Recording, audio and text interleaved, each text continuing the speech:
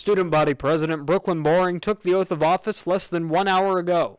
Boring and Vice President Ruben Becerra campaigned on providing affordable textbooks and giving a voice to students.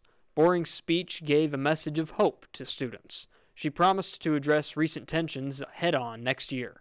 She says she will unite the student body through example and legislation.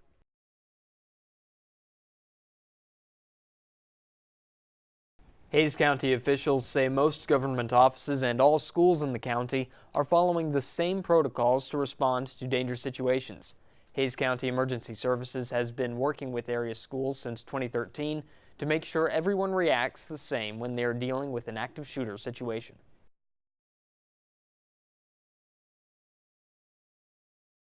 Hays County is upgrading water monitoring systems after costly flooding in recent years. New flood and precipitation monitors will give real-time warnings of rising waters in the Blanco River. There are 22 low-water crossings the county plans to monitor closely. The monitoring will include video feeds from several sites along the river. The county hopes to have the $2 million project completed by the end of the year.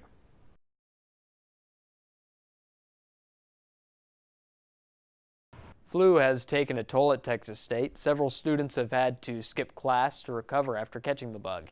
Nationwide, the flu virus has affected thousands of people. It's not an illness to take lightly. Many deaths have resulted from those who were caught in its grip. Student Health Center Assistant Director Julie Eckert says the health center has been treating patients who have the flu, and it's still offering vaccinations to avoid the illness altogether. Depending on the student's insurance coverage, the cost of the flu shot is minimal or free.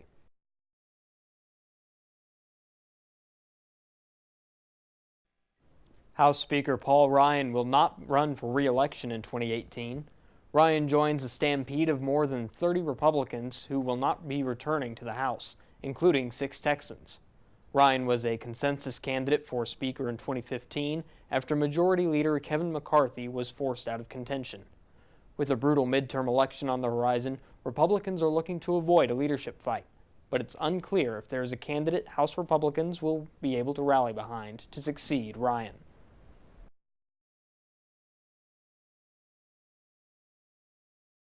Deadlines for FAFSA are quickly approaching, and we have tips for applying for scholarships. I'm Aaron Derton. Greek life is expected to be reinstated at Texas State as early as March 1st, according to the University Star. Greeks have not been allowed to conduct their usual business for the past 4 months following the death of a Phi Kappa Psi pledge in November. University President Denise Trouth is reviewing whether to allow Greeks to resume their activities. Reports indicate that Phi Kappa Psi will not be among those reinstated.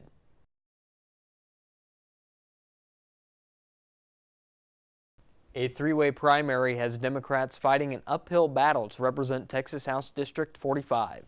The next person to represent Hays and Blanco County in the Texas legislature isn't a foregone conclusion. 3 Democratic candidates are hoping to turn a predominantly Republican district blue. The only male candidate in the race says he's got what it takes to represent the people of District 45. All I'm trying to do is represent my neighbors and the rest of y'all to make sure that we have a decent place to live with natural resources. A former school board candidate says her dedication to the community will guide her decisions as a legislator. I believe that we can do better in the state of Texas if we stand up and support Texas State University and the other institutions in our area. Erin Zwiener says she's been block walking almost every day and intends to bring a progressive voice to Austin. And I am proud right now to be campaigning full-time because I'm willing to put my career on hold right now to try and save Texas. Early voting in the Texas primary continues today. Hays County Elections Administrator Jennifer Anderson says nearly 1,800 votes have been tallied as of noon today. Almost 12,000 people showed up to the polls in the 2014 midterms. Early voting lasts through March 2nd, and a voting booth will be in the LBJ Student Center until 7 p.m. Thursday.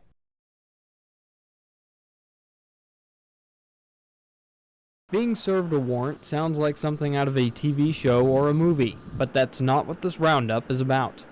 Most of these warrants aren't going to be for major offenses. Most of them are just going to be minor things, like speeding and parking.